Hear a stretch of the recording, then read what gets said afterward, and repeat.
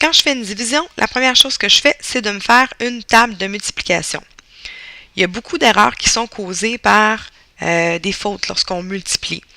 Donc, je me fais une table de 16 et là, ce qui est le fun, c'est que je peux seulement ajouter 16 à chaque fois. C'est beaucoup plus facile de ne pas se tromper. Et quand j'arrive à la fin, j'ai une belle façon de valider parce que je le sais que 10 fois 16, ça donne 160. Donc, dans le fond, mon nombre avec un 0 à côté.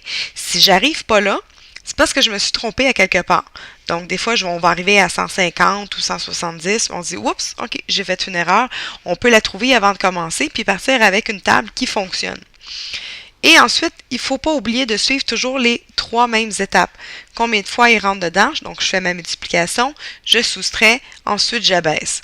Il y a beaucoup d'erreurs qui sont causées par des gens qui abaissent 2 chiffres de suite.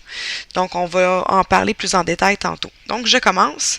Dans 14, 16 ne rentre pas. Donc, je vais prendre 144.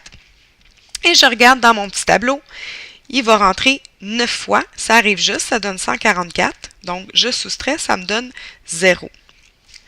Ensuite, j'abaisse. Là, j'ai abaissé. Je dois me demander combien de fois il rentre dedans. Je dois la faire ma multiplication. Donc, il ne rentre pas. Donc, 0 fois.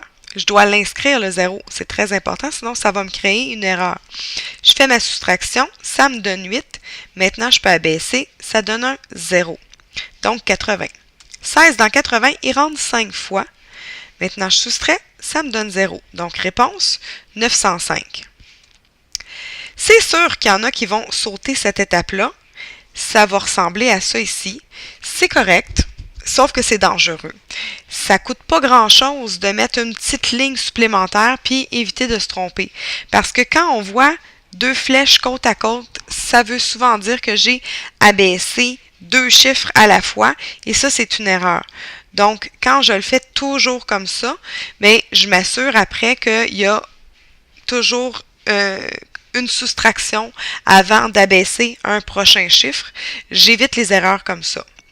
Parce que ce que ça peut donner, au lieu d'avoir ça ici, parfois, il y en a qui vont oublier de mettre le 0, ils vont juste abaisser le 8, ça ne rentre pas, OK, ils abaissent un autre 0. Oui, mais là, 95, c'est la mauvaise réponse. Il y a 2 façons d'éviter ces erreurs-là, d'éviter ce piège-là. La première, c'est de comprendre que quand je commence avec 144, c'est 144 centaines.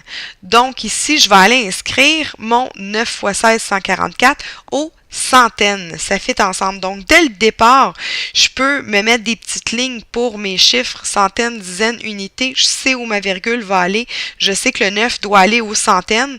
Donc là, je vais m'en rendre compte si jamais je fais une erreur. L'autre façon de faire, c'est de me faire une estimation. Donc, 14 000 divisé par 16, ça ne se fait pas.